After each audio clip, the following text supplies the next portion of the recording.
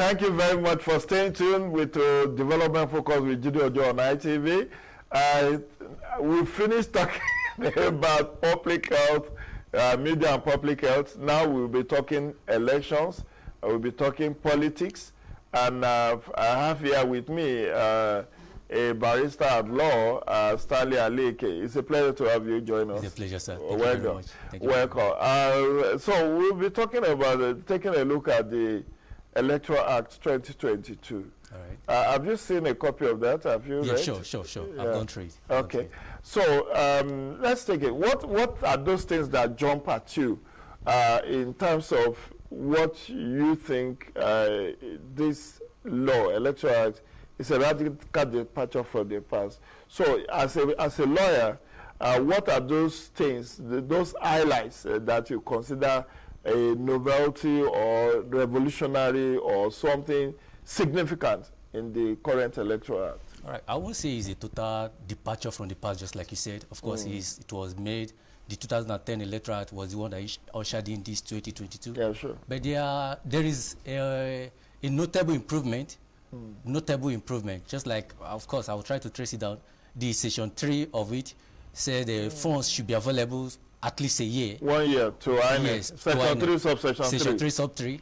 These are the things, one of the things. Section 8, sub 5 is talking about trying to maintain, make sure that INEC staff are politically neutral. Yes. Say that, it even provide punishment. That if you found out maybe you lied your way through and you got the INEC job, and they later found out that you're a member of a political party, you are liable to 2 years imprisonment or 500,000 naira fine or both. But that although I have reservation with that punishment. To me, the punishment is not enough compared to what we are trying to achieve. Now, going down, is talking about that INEC should make provision, should announce 360 days before the election date. Notice of yes. Notice of election. That's talking about Section 28. Now, when INEC have given notice in Section 29 that the political party should ensure that they've conducted their primaries and submitted the list of their candidate at least 180 days. These are the things these are the improvements that were not there in the previous 2006 Electoral Act, 2010 Electoral Act. Although this one took time,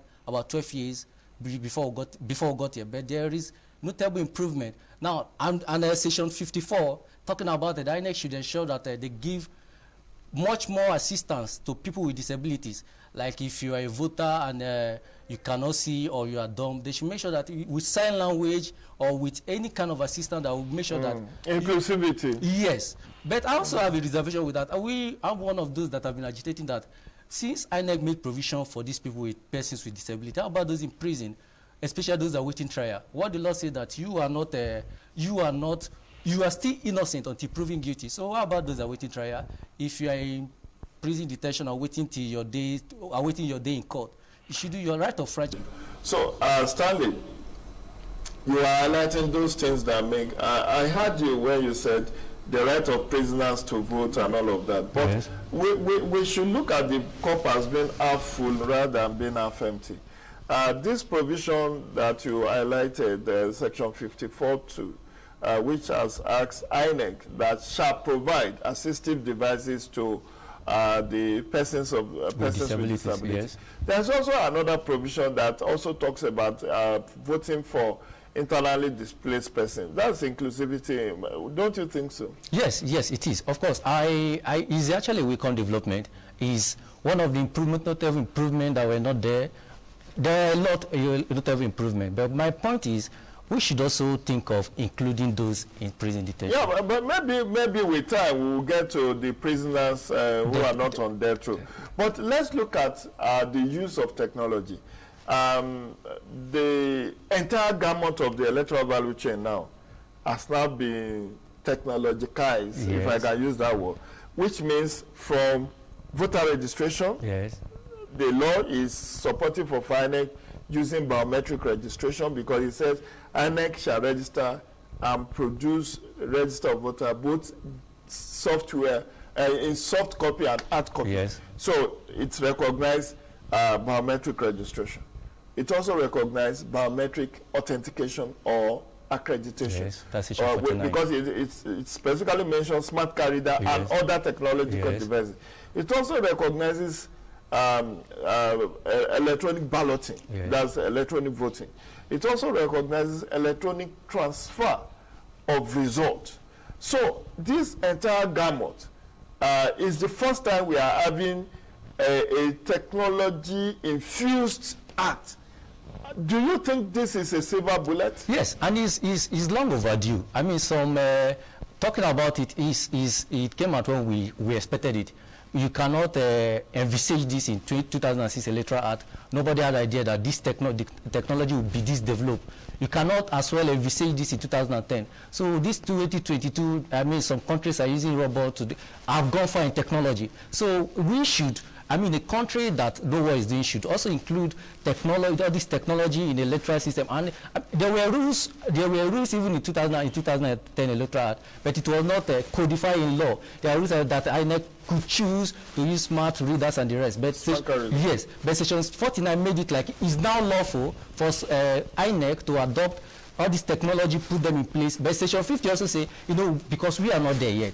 Section 50 also, because sometimes in the election period we say the technology are down on this. Section 50 says in that instance, INEC could choose to either go manual or digital. That's what Section 50 says. So yeah, that's giving the INEC way to either deploy, not to be inside in the bus. Yes, definitely.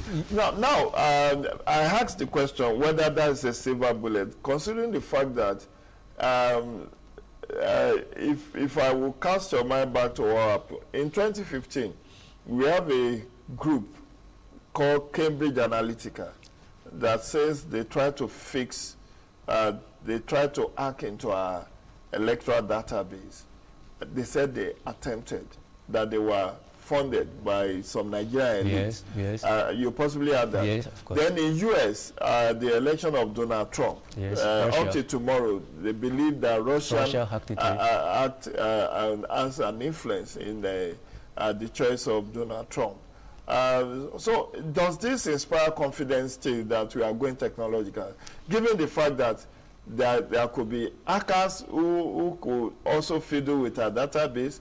I recall that in 2007, Kenya tried to use electronic voting, and it boomeranged. Things went awry, and there was a lot of backlash, killings, and all of that. So, given the state of our infrastructural deficit, particularly technological infrastructure, do you still think this is the silver bullet that will help us improve our elections? Yes, definitely. Well, we should know that as human, whatever have advantages has also its own disadvantages. We cannot close our eyes or pretend that we don't know that technology also has its own disadvantages. The downside. Yes, that has even in countries where one of the clamoring when robots are being introduced to take over man job, people are clamoring that it will render some men jobless, and it doesn't mean that the advantages of adopting the use of technology or robots should be swept under the carpet. Of course, these are the things that there should be things put in place.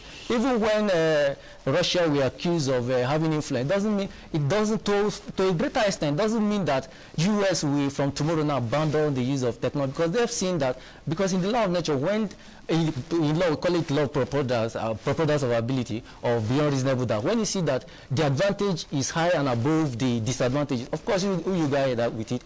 We should not, because of the hack, we will encounter some of those glitches, not just hacking. Nigeria, we don't have sometimes we hear network down, sometimes they hear there is not electronic to power them. Of course, we are ready, we are prepared. We, in coming this 2023, that there will be all those hitches. We know. Look at what happened with Beavers. Yes. In Anambra, Beavers, which is a device for accreditation of voters, had glitches in a number of places, very many places. Even in the February 12th election in FCT, there were also itches and glitches with Beavers for voter accreditation. But in the 6th by-election INEC did after that, they said it worked smoothly. So this is why some people are having, goose pimples, that if we rely too heavily on technology, we may have ourselves to blame. You don't seem to share that kind of pessimism. At least, I'm sure that the lawmakers envisage that there will be problem.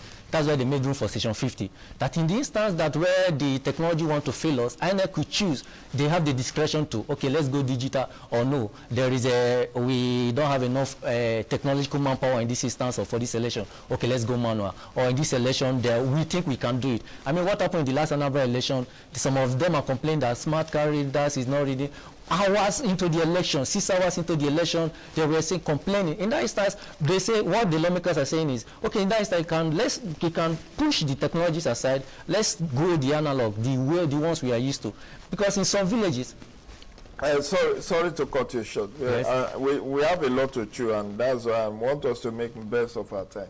I was at a workshop last week, and Festus Okoye Esquire, who is also a senior colleague, raised issues about concerns that they have. It goes beyond the issue of hacking or malfunctioning. What about desperate politicians who can steal these devices, who can disrupt these devices, who can decide to burn this? I mean, I cast your mind back to what happened in Anambra ahead of 2019 election, I think. Few days to that election, over 4,000 smart card readers were raised by a mysterious fire at the warehouse of INEC in Oka. And you think we should not exercise caution in the deployment of technology, because desperate politicians, you need that this is a game changer. Could they not go and set on fire INEC's storehouse? As it happened, before the Anambra election, you possibly are aware, 74 or thereabout INEC offices were raised by unknown men or unknown gunmen. You know, they just set up, set on fire some of the offices of INEC. So people are having this concern that these beavers, these technological devices, that could it not be stolen, could it not be, destroyed, or could it not be jammed or whatever? So you don't have... yes. Like when I was just smiling out, I'm trying to understand, right? The way you're painting it is looking as if when we've been using the manual voting, it has been free and fair to say. There have been instances, I mean, when election violent politician, desperate politician that you say storm the polling unit, kill those they can kill and cut off. So there will always be the bad eggs and everything. But there's no how you paint it for it to be that technology will not be better than, because that's why I remember one program I was saying it's not enough. I mean, adopting, making it look that way. We should get to the extent whereby we could, as you vote, you should see the display. The election results should be able to be displayed on the screen or something like that. There's something that's going on in some western part of the world. But INEC is doing that. Yes, now. They are trying to get there. And the other advantage is this, just like what Section 51 is trying to say. There are some instances, number of voters or registered voters will be lesser than those votes. You'll be wondering, where did these voters come from? Because most are just come on to print on the paper. But when it is, I mean, there's technology, when maybe you put on print on this thing on a machine, it will reduce drastically that, will I call it borrowed or sponsored voters, where people who are not, you'll be wondering who voted. Number of voters in this political unit is maybe 100, registered voter 100, and we're having about 200 voters. But the law has criminalized overvoting now, that based on the number of accredited voters, one on top of that means overvoting, and that means the result of that unit will be cancelled. Definitely. Yeah, but you also know that desperate politicians will go and sponsor violence in the stronghold of their opponent, making sure that they cancel those votes so that they can be at an advantage. But I don't want to play too much of a devil's advocate. Let's come back to some of those beautiful innovations. Okay. You were on top of it before I cut you short earlier. So what are other things? I know Federal Court is now the only court of first instance for pre-election matters now. Yes. So they've taken it off the state high court. Yes. Every pre-election matters can only be filed in Federal Court. Do you think that's the right decision? Yes, that's a good one. I'm trying to, of course, I am trying to, okay, I will reserve issue of court will get to section 84. No, we will come to that in a bit. Yes. But run us through other innovations you see yes. in that act. Section 94 is actually a good improvement. It extended the number of days from 90 days, which we have in 2010, to 150 yes, days. 150 days. And whichever every campaign activity should cease or stop in 24 hours to the day of election, which is a good innovation. You don't have any excuse now. You have a whole 150 days. Some politicians are clamoring that 90 days is not enough for them to do all the campaign jibori and the rest. So the law extended it to 150 days. Nobody, no reasonable human being will say that 150 days is not enough. And again, section 64 is talking about it criminalizes that if you are dubious enough or an INEC staff declaring a fake or a false result. Yes. Yeah. I love that clause, but I also have issue with the punishment. You cannot provide it. Don't you think implementation has been the major challenge? No matter how weak the law is, even if we implement it, you think we will not have a better elections? Of course, they implement. Of course, I'm coming from the judiciary. I'm a member of that sector, so I will always have faith in that sector. That in fact, they have been serious.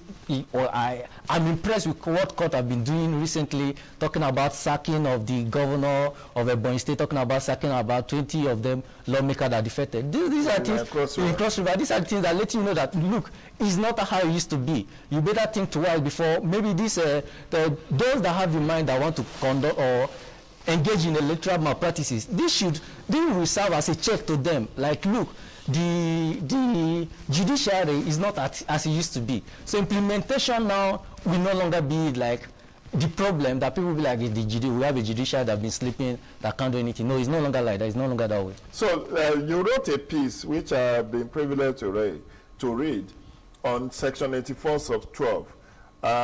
This has been the latest controversial subsection. Actually, it's not a section because there's a 15 subparagraph in that section 84. 15 but the president has issue with section 84.12, which says if you are a political appointee, you should resign. If you want to vote during your party primaries or you want to stand the election. So what informs your position? You disagree with our Lordship, Justice Ayadike, on the striking out of section 84.12 and asking the Attorney General to give effect to that judgment. Why did you disagree with our Lordship? Yes, with all due respect to my Lord, I think my Lord was not properly informed on that section. She based her judgment on section 66 sub 1F. Now, what? 107.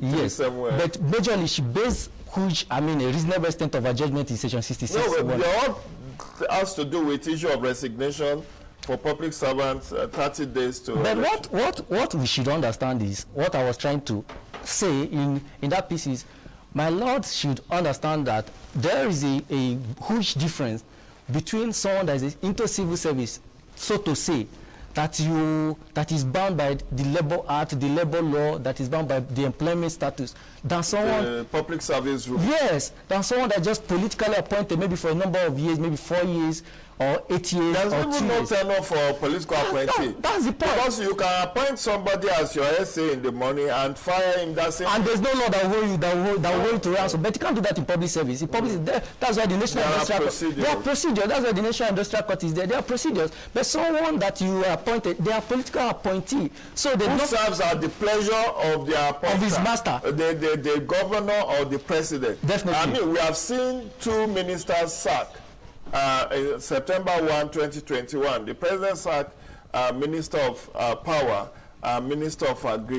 Yes. And Evans did not fall. It's his power. It's not a tenured position that once you are appointed an SA media or SA whatever, or a minister or commissioner, you have to serve out for 4 years that the tenure. And that's the point I was trying to make in that piece.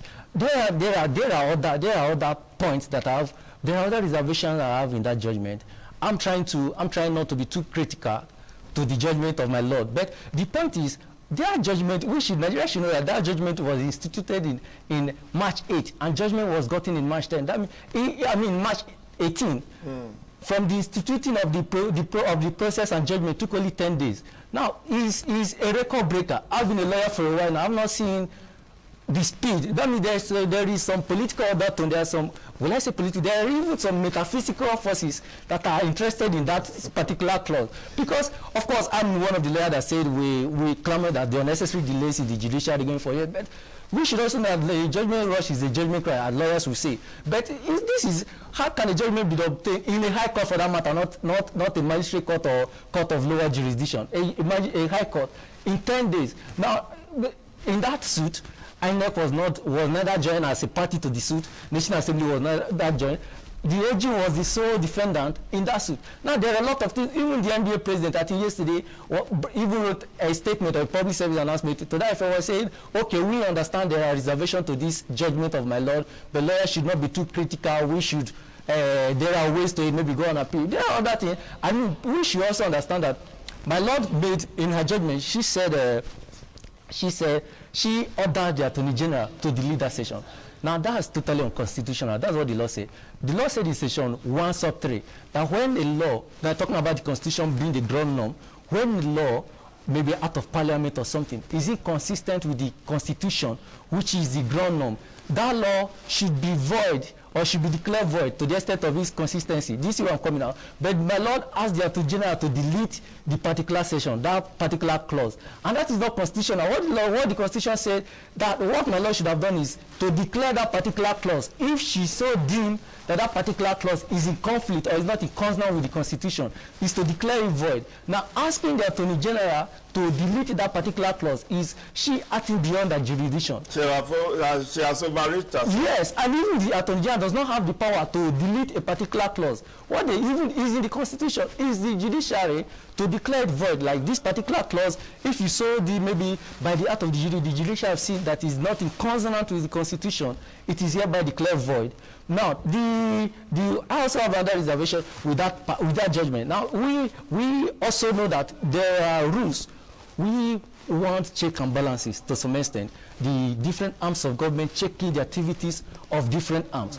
But this judgment of my lord, to some extent, have overridden the independence of the legislature. Now, declaring they have their reasons of making that law. They definitely have their reasons.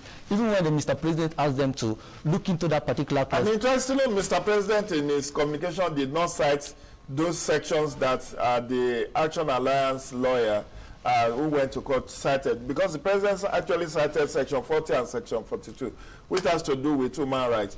But Stanley, so sorry that this is where we have to draw the curtain. I've been told by my producer that it's time up, but you've made your point, and that point is well noted. You'll be back here some other time in future. I want to thank you profusely for the opportunity you've you availed us to have your thought on this edition of Development Focus with Jide on TV. That will be the size of our production today. Please, if you have enjoyed this, we look forward to seeing you next Wednesday when a fresh edition will come on your way. Have a great day.